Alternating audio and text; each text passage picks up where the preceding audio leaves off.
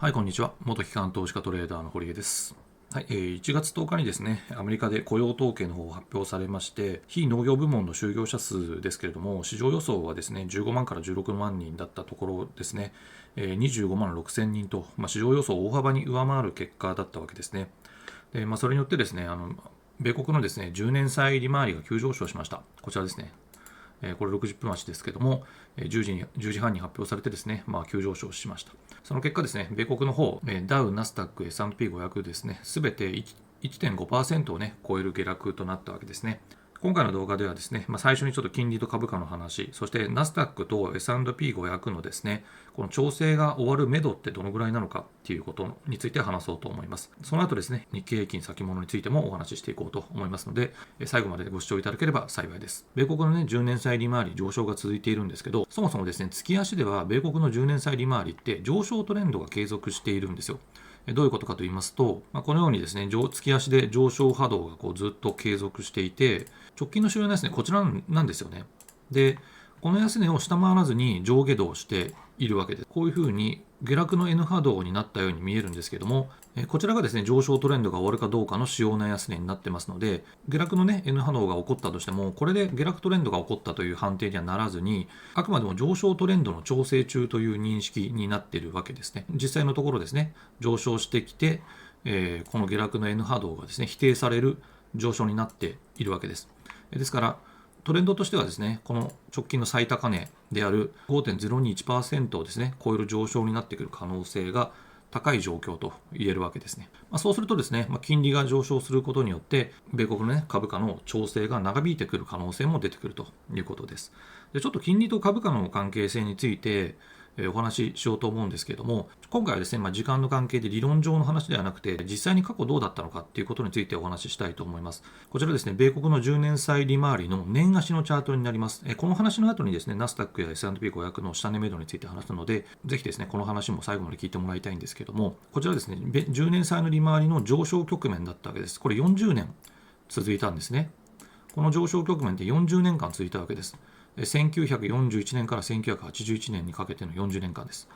で、1981年をピークにですね、下落トレンドになりました。で、直近ですね、実は主要な高値、下落トレンドの主要な高値を超える上昇になっているので、この40年間続いたですね、下落トレンドもすでに終了しているわけですね。で、この10年債利回りの上昇局面と下落局面で、米国の指数の上昇率どのぐらいだったかということなんですけども、はい、まずダウなんですけど、1941年から1981年の10年債利回りの上昇局面では、ダウの成長率って 6.7 倍だったわけですね。S&P500 は 11.6 倍でした。ナスダックはまだ指数が存在していないので、計算はできません。1981年からの40年間なんですけども、10年債利回りが下落トレンドだった時というのは、ダウの成長率 41.5 倍、S&P500 は 38.9 倍、ナスダック総合指数に至っては、約80倍のですね、成長率だったわけですね。ぱっと見これでですね、金利の上昇局面と金利の下落局面では株価の上昇率がどれだけ違うかということがもう一目瞭然なわけです。先ほど申し上げましたけど、10年債利回りの下落トレンドっていうのはこの主要な高値を超えた段階ですでに終了しています。2022年に終了してるんですね。で、今は年足の方では上昇トレンドが発生しているわけではないんです。まだトレンドがない状況です、年足では。ですが、月足は先ほど見ていただいたように今上昇トレンドの最中という状況なんですけども、年足でこれからどういう、トレンドが起こるかっていうのがまだわからないことなんですけども、長期投資を、考えている方にとっては、年足の方で10年債の利回りがどういうトレンドが出来上がるのかっていうのは、非常に長期の運用にとっては大きな影響を及ぼすっていうのが、先ほどの説明から分かっていただけたと思うので、これから年足でどういうトレンドが起こっていくのかっていうことは、非常に注目して見ていく必要があるということです。では、ナスダックなどのですね、調整の下値目処の話をしていこうと思うんですけども、投資がうまくいかない。その悩み、堀江投資塾に入って解決しませんか？国内証券会社でトレーダーとして10年のキャリアを持つ堀江がレクチャー。1日たった100円で学べる。会員から喜びの声多数。いつまでも初心者でいる必要はありません。堀江投資塾で検索。雇用統計の日にですね、米国指数、それぞれですね、1.5% を超える下落になったわけですね。日足の方では、下落トレンドが継続したということになるわけです。このように、こういった形で下落トレンドが継続しているということですね。で、ちょうどですね、この高値から引いたレジスタンスラインぐらいで戻り売りにあって売られてしまったという状況だったわけですね。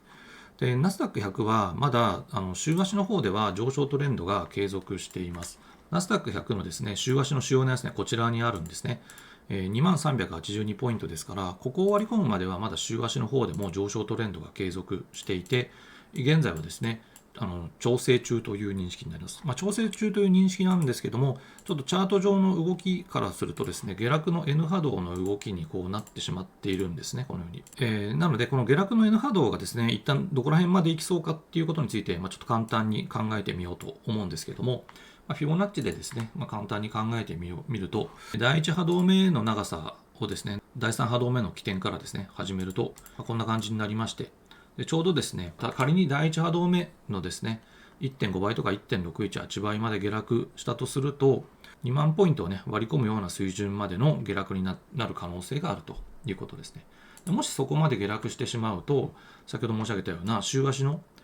この上昇トレンドが終わる主要な安値を割り込んでしまうことになりますから、この現在のこの下落の N 波動の動きがですね、下落トレンドになってくる可能性があるということですね。ただ気をつけていただきたいのは、月足の方では上昇トレンドが今継続中だということです。月足の方で上昇トレンドが終了するのは、あくまでもナスダック約先物でいうと、こちらの水準ですよね。こちらが直近の主要な安値になっています。17,351ポイントですね。ですから、そこまで下落しない限りは、週足の方で下落トレンドが発生したとしても、月足の方での上昇トレンドは継続しているということなわけですね。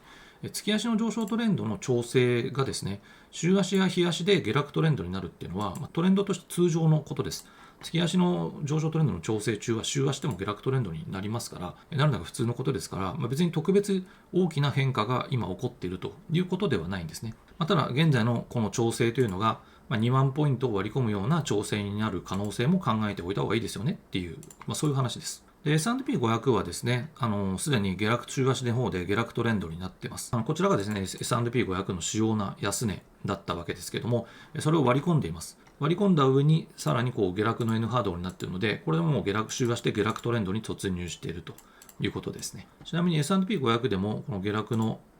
フィボナッチでですね、第1波動目のですね、1.5 倍や1.618倍の水準を見てみると、5600ポイントに近い水準ですね。5600ポイントに近い水準になっていますので、このぐらいまでの下落は想定しておいた方が無難だろうということですね。ナスダック100先物でいうと2万ポイントを割り込む水準。S&P500 でいうと5600ポイントに近い水準までの調整は一応想定内にしておいた方がいいだろうということですね。そこを超えてさらに下落するかどうかっていうことについては、これから先の相場展開を見ていかないとわからないということですね。ただそこまで下落したとしても、ナスダック100先物や S&P500 先物は、月足の上昇トレンドは継続しているということですね。で、最後に日経平均先物なんですけども、結局ですね、三尊天井を否定されたものの、レンジの上限を終値で上抜けることができずに、結局、戻り売りにあって売られちゃってるんですよね。で、今、レンジの下限に向けてですね、ちょっと進行中という状況になってます。で、週足で見るとですね、今、この足が、最近レンジがずっと続いているので、チャートがですね、分かりづらいかもしれないんですけども、こういう感じで、一応上昇トレンドなんですよ、週足で。こんな感じで。こうなってます。こうなってます。で、今こう下落してるんですよね。で、つまり、主要な安値、どこになってるのかっていうと、このように、ここから主要な安値がどんどん切り上がってきて、ちゃんと上昇トレンドになっているんですけども、定義上ですね、今の直近の主要な安値、ここですね。つまり、37,550円なんですね。この37,550円を下抜けるような下落になってしまうと、レンジをね、下にブレイクするっていうだけではなくて、週足で発生していた上昇トレンドが終了するっていうことにもなるんですよ。ですから、これレンジのね、下限のどこかで止まって戻るのかどうか、それとも、レンジ下限ブレイクして週足の上昇トレンドが終わる37,550円を下抜けるのかどうかっていうことがですね、これからの注目ポイントになってくるということです。もちろん上昇していって、再度ですね、この直近の主要な高値を超えるような上昇になるのであれば、またですね、再び週足の上昇トレンドが継続するということになるので、上に行っても下に行っても、いずれにしても日経平均先物は非常に注目すべき状況に今なっているということですね。はい、いかがでしたでしょうか。今回の動画面白かったと思っていただけた方は、ぜひチャンネル登録と高評価ボタンの方よろしくお願いいたします。では引き続きトレンドしっかり見極めて儲けていきましょう。